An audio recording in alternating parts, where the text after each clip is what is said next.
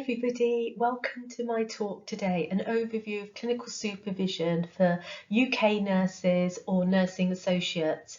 You might be a manager or nurse educator looking at delivering clinical supervision, or a new starter or early career nurse wondering what clinical supervision is about. So there's something for everybody in the session. I'm going to cover an overview of different models and frameworks for clinical supervision, look at some literature, the impact of clinical supervision, benefits and challenges for nurses, and then some tips linked to the practicalities for supervisor or the supervisee. And this links really nicely to my previous YouTube video last week that was an overview of support available for newly registered nurses and nursing associates. Do check out my other YouTube videos. They're all free on my YouTube channel, Support and Career Development for Nurses. Don't forget to give me a thumbs up if you find the session helpful, and I hope you find the talk today useful. So let's just start with what is clinical supervision. Whichever framework or model you use, clinical supervision is a process of professional support and learning for healthcare professionals. It's not just for nurses, it can be for any healthcare professional.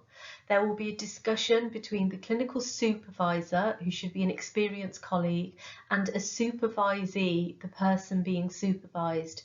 And clinical supervision has been implemented in a variety of ways, reflecting different approaches and models, which I'll cover today.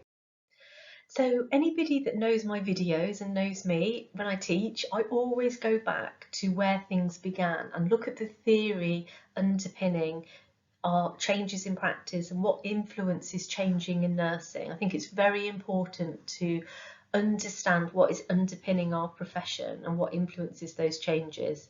And it started in the 1990s, late 1980s, beginning of the 1990s, in other professions. But in 1996, clinical supervision came to the fore when the United Kingdom's Central Council for Nursing, Midwifery and Health Visiting stated that all nurses should have access to supervision in their position statement on clinical supervision for nursing and health visiting. And the UKCC was the equivalent of the NMC. It was our regulatory body. And clinical supervision should not be used as a managerial tool for discipline or control, and it should not be used as a managerial staff performance monitoring exercise. So when we look at definitions of clinical supervision, you're going to see a lot recently on resilience-based, restorative resilience-based clinical supervision. I have gone back to looking at a concept analysis because Lythe's concept analysis here is broader. It covers any model, any framework that you would be using for clinical supervision. And as a tip, when you're looking at any area as a student or as a registered nurse doing an assignment, a concept analysis determines and defines the attributes and characteristics of a concept. And in this case, Lythe looked at clinical supervision and came up with the definition. Clinical supervision is a support mechanism for practicing professionals within which they can share clinical, organisational, developmental, emotional experiences with another professional in a secure, confidential environment in order to enhance knowledge and skills. This process will lead to an increased awareness of other concepts, including accountability and reflective practice. The reasons I really like this definition, as I said, it's applicable to any type of framework that is applicable to your area. And if you look at Proctor's model, which I'll talk about, clinical supervision can be linked to management, learning and emotional experiences, and it sort of covers those areas being clinical, organisational, development and emotional for a start. Practicing professionals, as I said earlier, clinical supervision is for any healthcare professional. It's in a confidential, secure environment, and that's so important for clinical supervision, that nurses have that opportunity to be taken away from the clinical environment in a quiet, confidential room to share and reflect on their experiences. And the fact that Lithe has included reflective practice, I use reflection as a framework for clinical supervision sessions that I do with individuals, because it reflects with reflection, the person will be increasing their self-awareness, analysing, evaluating, learning, with myself sort of supervising them and supporting them in that safe environment. So a reflective approach is very helpful, and there's learning, and it's self-directed as well for after, and it's cyclical. So in the early 1990s, mid-1990s, we started to see nurses writing about clinical supervision, and there was these two emerging views. Jane Salvage, she was a nurse, political activist and writer, and she was really inspirational to me when I was starting my career, and I hunted out The Politics of Nursing. This is written by Jane Salvage, so if there's any educators out there of a certain age, they may remember this. It's well worth buying secondhand, and it's fascinating going back to see how some things in nursing have moved on, and some we're going back to some of the old ways in some ways. So Jane Salvage described clinical supervision as time for me. So the focus was very much on the nurse, and the aim was to decrease stress and increase well-being. And Jegditch in 1998 challenged this view in a paper entitled How Not to Do Supervision in Nursing, and argued that clinical supervision involved a triad of people: a supervisor, supervisee, but the patient also had to be involved. And it should directly, not as in being the clinical supervision session, but the session needed to be focused on patient care and relate directly to patient care. We've later found in the UK, when we've had some safeguarding failings with Winterbourne and the Francis report, and clinical supervision started to move more into assurance of care, with some employers leading clinical supervision from more of a top-down approach. And we probably need to meet somewhere in the middle of those two emerging views, in that it's not just going off and having a coffee and having, you know, a well-being session. There is a formal aspect to clinical supervision, but not too formal. It's got to be, my view is that clinical supervision should be led by what that person needs at the time, and it's their time to have a safe environment to reflect. But we'll talk a bit more about that and the different views. So what can be quite confusing to managers, nurse educators and early career nurses is the different terms. There's so many different terms and changing terms, and I think people have got slightly confused sometimes. The terms professional supervision and clinical supervision are sometimes used interchangeably globally and in the UK, and we've got different range of terms. I've put them under professional supervision, managerial supervision and clinical supervision, and professional supervision is often used interchangeably with clinical supervision, but it would be more focused on identifying your training and development needs. If you think about practice supervision, there's an element where you might go into practice and you have somebody supervising you. Students might have practice supervisors, so there's lots of papers globally written about clinical supervision linked to students, which is essentially practice supervision. And then we've got managerial supervision, where we've got clear priorities and objectives led by a manager, and that could link to performance objectives and priorities.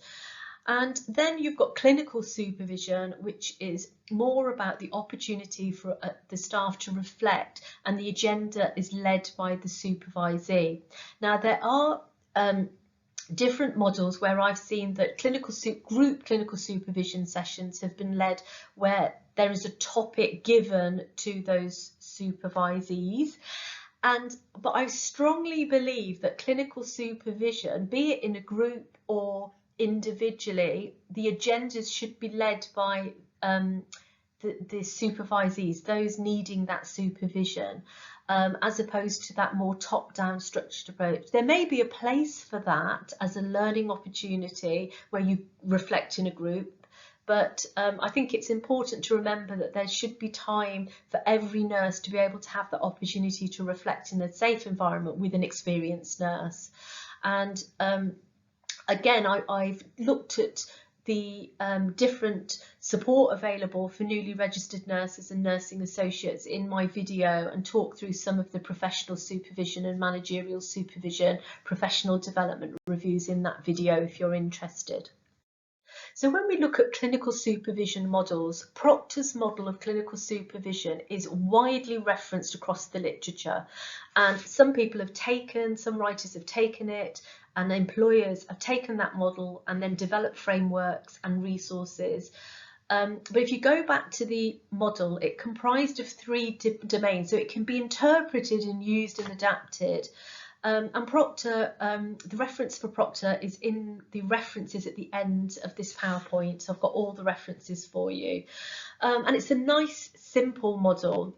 So it's comprised of, clinical supervision is comprised of three domains. You have normative, which is organisation and quality control. So it's links to managerial type supervision, and it links to the promotion of standards, clinical audits, and your evidence base and your employer values. Formative focuses on education and development, so developing knowledge and skills, links to professional supervision, that practice supervision.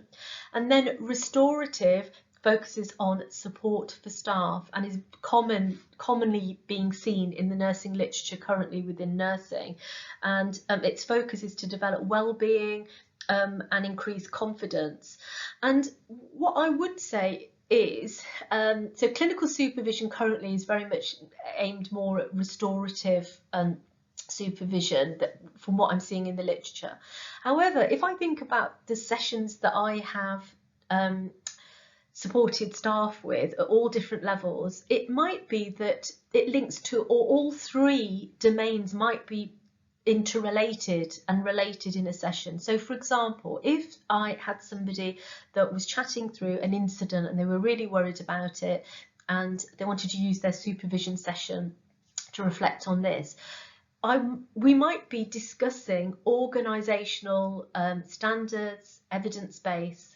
There may be some learning and development for the future and development of knowledge and skills linking to formative. So you've got normative, formative, and then the restorative is trying to, calm them down, try and support them, but trying to get them to reframe their thinking around that area.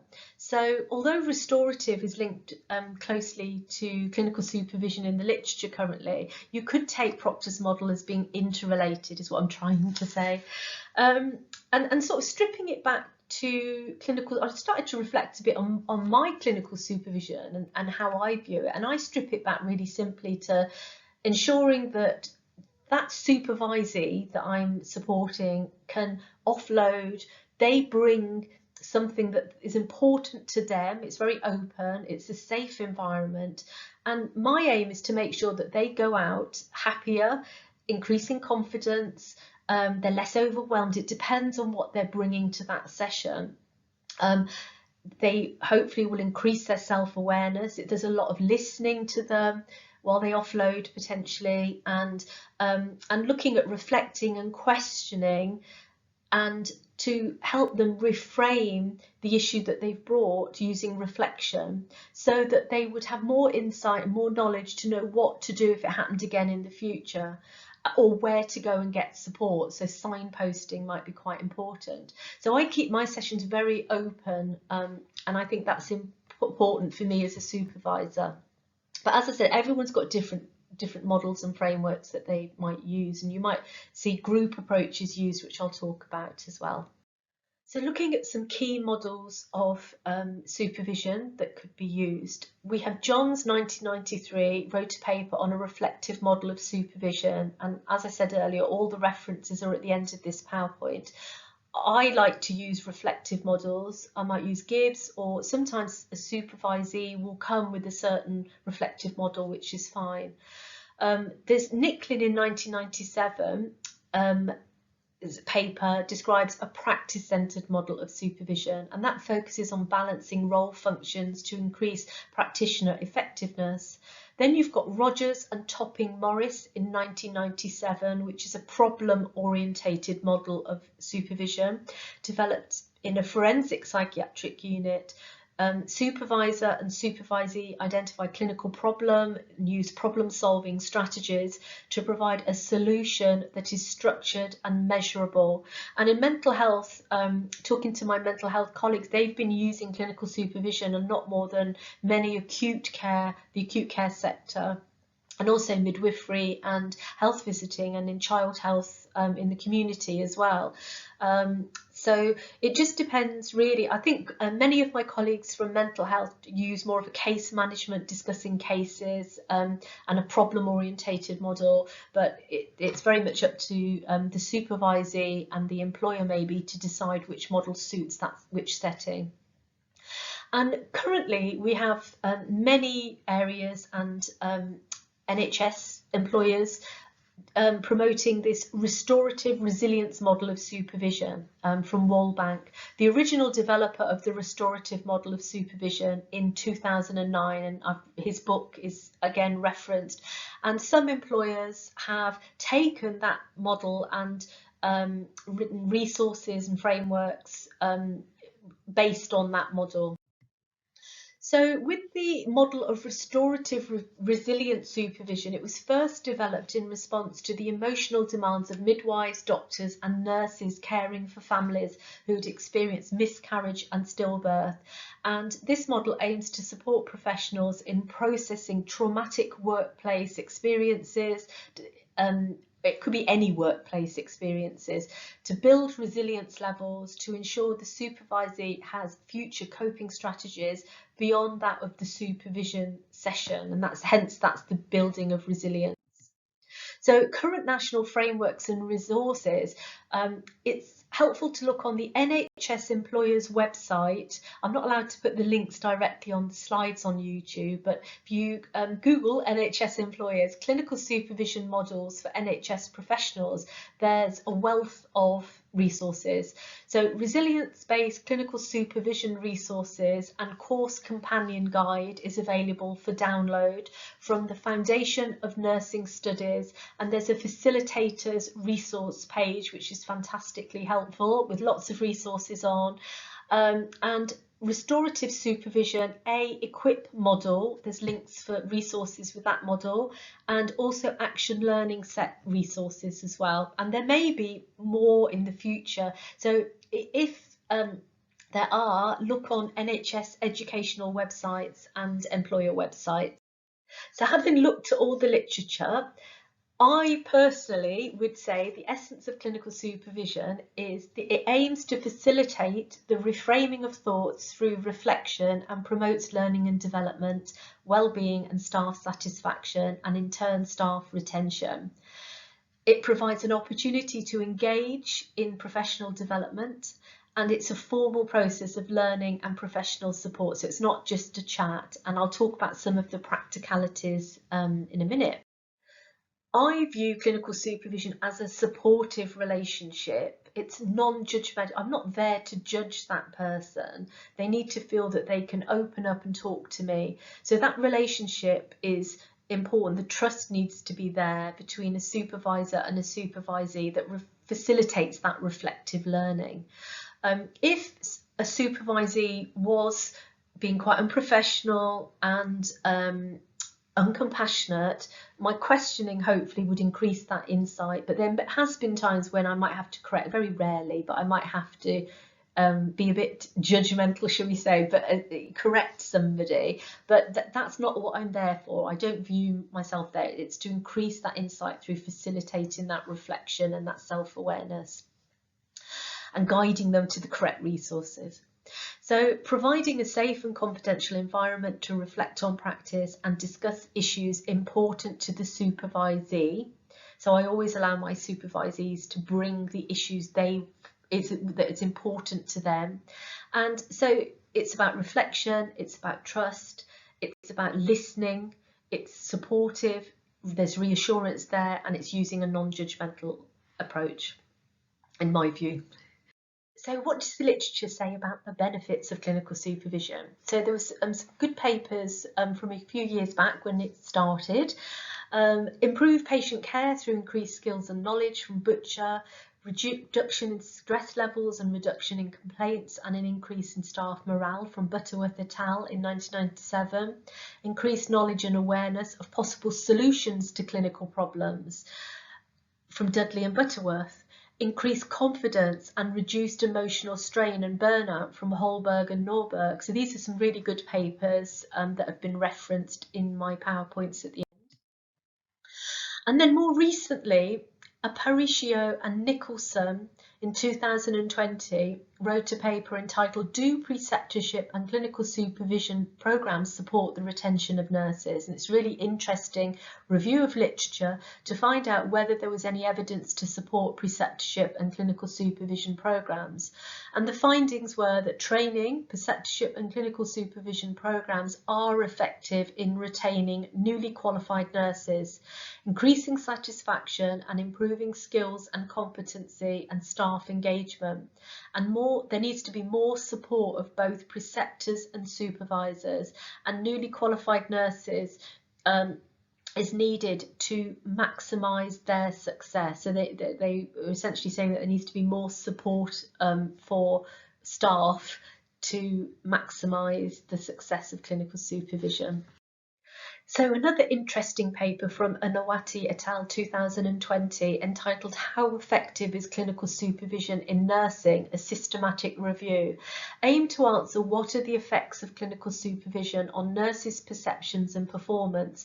And the findings from this review were that clinical supervision increased nurses' support, peer support, and stress relief, which is the restorative function if we think of Proctor's model, professional accountability, the normative function, and skills and knowledge, the formative function, and significantly effective in nursing practice. And there needs to be more research to evaluate different models and designs. And I think that's very true, because there isn't that much literature out there actually evaluating these different models. So looking at barriers, the literature understandably talks about cost, resources and time commitment. So it can be difficult amid poor staffing levels and limited resources. And nearly 2,000 nurses surveyed by the Nursing Standard suggest that employer initiatives targeting well-being and clinical supervision are scuppered by short staffing. And I would say that a barrier as well is the fact that many people get confused by the different terms, the different approaches. What is clinical supervision? Because they get muddled with management supervision, professional supervision, and then clinical supervision. So hopefully you found the slides earlier helpful. And I would say don't get bogged down in all of the different frameworks. Do what works for you. Essentially, every new starter or early career nurse should have somebody supervising them professionally when they start in their practice setting, wherever they work. But every nurse should, from start to when you finish nursing, your nursing career, should have a safe environment to go and talk through an issue from practice, to reflect using whichever model, a problem-based or reflective approach, for their learning and their development. So you've got that formal process and you choose what works for you, is my opinion. I do not say when I'm supervising, people book me. I'm there if they need me and when they need me. And people do, they find the time and they do. But I don't say you've got to meet me every month. I don't do it as structured as that, because you end up sometimes with it being a top-down tick box approach, which I would prefer to have it more open, and it's more of a peer support. I view it more as a peer support approach, and meeting the individual needs of that person. Looking at evaluating some different designs. So Ian Hall in 2018, this is an interesting paper, talking about implementation of a sustainable clinical supervision model for Isles of Nurses in Orkney. And the Isles network of care community nurses are mostly working as lone practitioners, and they developed this sustainable model of clinical supervision. And they evaluated the supervision using a questionnaire, and it was mainly positive. They found increased support and reflection, and it improved relationships with isolated colleagues. It varied. Only 40% received clinical supervision from this questionnaire. And the main barriers they felt would be overcome by making it mandatory. Now it's interesting because I just said I keep my sessions optional. So we need more research on clinical supervision. And I think they also, oh yes, the wide variety in the understanding about what clinical supervision was, and I would agree with that. That people have different views of what it is, and do we need to define what it is? If we've got those different models and frameworks, choosing it and being flexible, I think, is helpful. They liked it that it was peer-to-peer and not a top-down approach in this paper, and it highlighted the need for formal training for supervisors. And they're looking at more remote supervision for loaners, so looking at virtual supervision, for example. Reche et al. In 2021, this was a quality research project to explore how and by what means participation in group supervision, clinical supervision, might impact nurses. And this was an Australian study. And the findings were that psychology constructs can help develop practice and research of group supervision for nurses. Reflective practice groups are defined as a form of clinical supervision. And they found that the participants from group supervision shared these common issues and experiences. Although a criticism of group supervision is that it can lead to conformity, and only certain peers can dominate, nurses can dominate in a group. And Buss et al. In 2017 talked a little bit about that, resistance to group supervision, and a semi-structured interview study of non-participating mental health nursing staff members. And this was a study from Denmark. And I've got the study here actually. I think oh no, it's not that one. But the findings of this study were that the group supervision generated or increased anxiety, and it was an unacceptable intrusion. So it's a different view really about two different papers with opposing views really on opposing findings on group supervision. So that's really interesting. Looking at new roles, we've got professional nurse advocates in England using an A-equip advocating and educating for quality improvement model of professional nursing leadership and clinical supervision, and these roles are being evaluated by Health Education England. So there is some resources on Health Education England website, professional nurse advocate, a model of supervision for nurses. So if you Google that, you'll find it.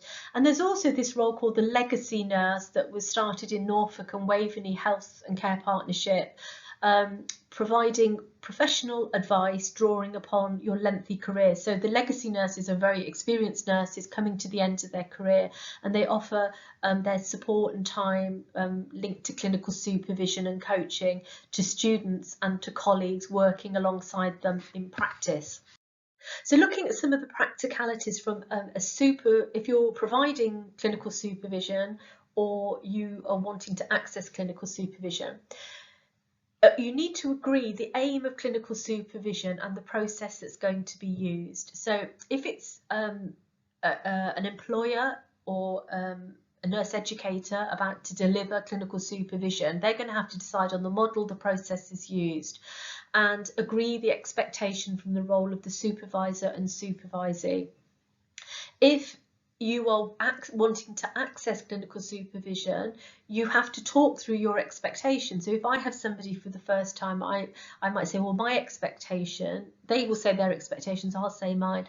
And one of my sticklers is they do let me know if they can't turn up. Obviously, if there's an emergency in an area, that's not their fault, but that they do cancel where possible, because my time is just as precious as their time. Who's going to act as a supervisor? Can anyone be a supervisor? And Baldwin, Coyne and Kelly wrote an interesting paper supporting nursing, midwifery, allied health professional teams through restorative clinical supervision. And in this paper, they discuss trust implementation of clinical supervision and training to become a restorative clinical supervisor, and it's based on the Wallbank model. So, from the paper, they really talk about how important it is to have training to become a restorative clinical supervisor. It consists of 1 day full day of training. It's interactive and it covers the principles of the theoretical framework and practical aspects of delivering a session based on Wallbank model, which is the restorative model. And that not everybody may be suitable to be a clinical supervisor. So that those discussions need to be taken place as to who is going to deliver clinical supervision and do they need training. The Foundation of Nursing Studies funds have a facilitators resource page, again helping anybody that's looking to set up clinical supervision. And you need to think about where and when will sessions be conducted. And one of the issues we have nowadays is many staff have longer days. So when I started out in my profession, we had early shifts and late shifts, and we had a crossover of staff in the afternoon where we could deliver teaching. We might go through care planning, and when we didn't have EPR, we'd have to go and write our own care plans. Oh, I sound old now, those were the days. But we had the overlap where we would have that time to do the supervision. And nowadays, because people, especially with petrol prices, many staff want longer days, so they're not travelling in. And it means that they have their breaks at different times and you have not got that overlap. So when and where will sessions be conducted? And it's something that needs to be looked at as a profession, of looking at whether we can get some protected time to have clinical supervision, for example. I find, because I'm very open with my sessions and that when people want them, they book me. I don't rigorously say you've got to come in every month. It's when they want me, I'm there and we'll have a session. And if we've discussed something, I might plan a session a few weeks later if I felt, and they felt they wanted one. But otherwise it's quite open, whereas other supervisors might have a much more structured approach or use group supervision. But looking at how it's going to fit in, so small practicalities, how are you going to implement clinical supervision? You need to think about whether it's going to be one-to-one or group supervision. You may use more of an interprofessional model. So for example, I know advanced nurse practitioners, researchers that will use have a clinical supervisor who is not a nurse. It might be another professional or a medic. And then you've got face-to-face or virtual. I've had a lot of my supervisees using much more virtual.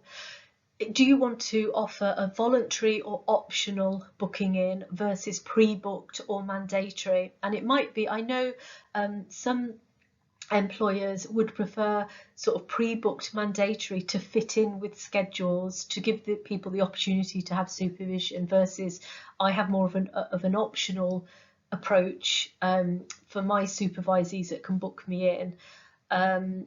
Pre-meeting planning, so do you want the supervisee to do a bit of work beforehand and do a bit of a reflection? So sometimes with newly registered nurses or early career nurses, because newly registered nurses are usually tied up with preceptorship for the first 6 months and the probationary period, but for early career nurses it is quite beneficial to start with some sort of reflection to get them started. Do you want structured documentation and a framework or not?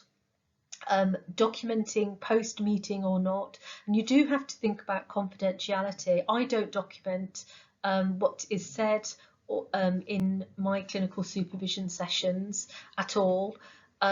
However, it may be that the supervisee uses the reflection to upload for revalidation, for example, but it's very open and very flexible.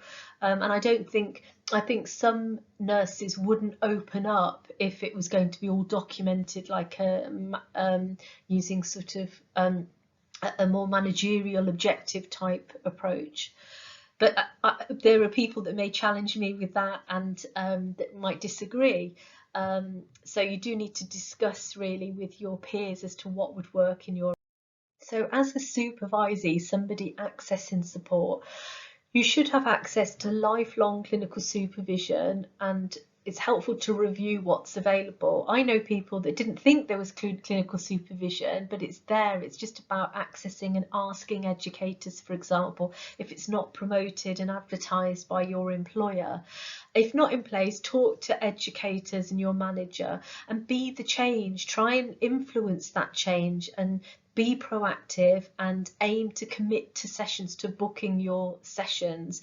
And as I said earlier, it's about developing that trust and finding a supervisor, because you don't have to go with that supervisor necessarily. If you feel that you can't develop that trusting relationship, then ask someone else if they will act as a clinical supervisor to you.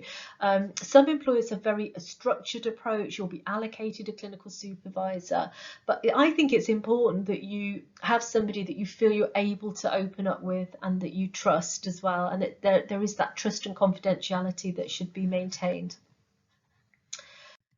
So if you have any other questions, do put them in the YouTube comments. I have 2 books. My book, How to Prepare for Interviews and Develop Your Career, has a lot more information about professional development and clinical supervision. And I've also got lots of other videos if you that you might find helpful if you're an educator or somebody starting in their career as well. And this is what you've been waiting for, some of you, if you're doing assignments probably. So I'll go through these references, and you can stop the YouTube talk if you need to write any of the references down. So I hope you found the session helpful, and if you do want to contact me because you don't want to put questions in the YouTube because it's more public, you can DM me on my website or on Twitter or on Instagram. So I hope that's given you a bit more insight into clinical supervision.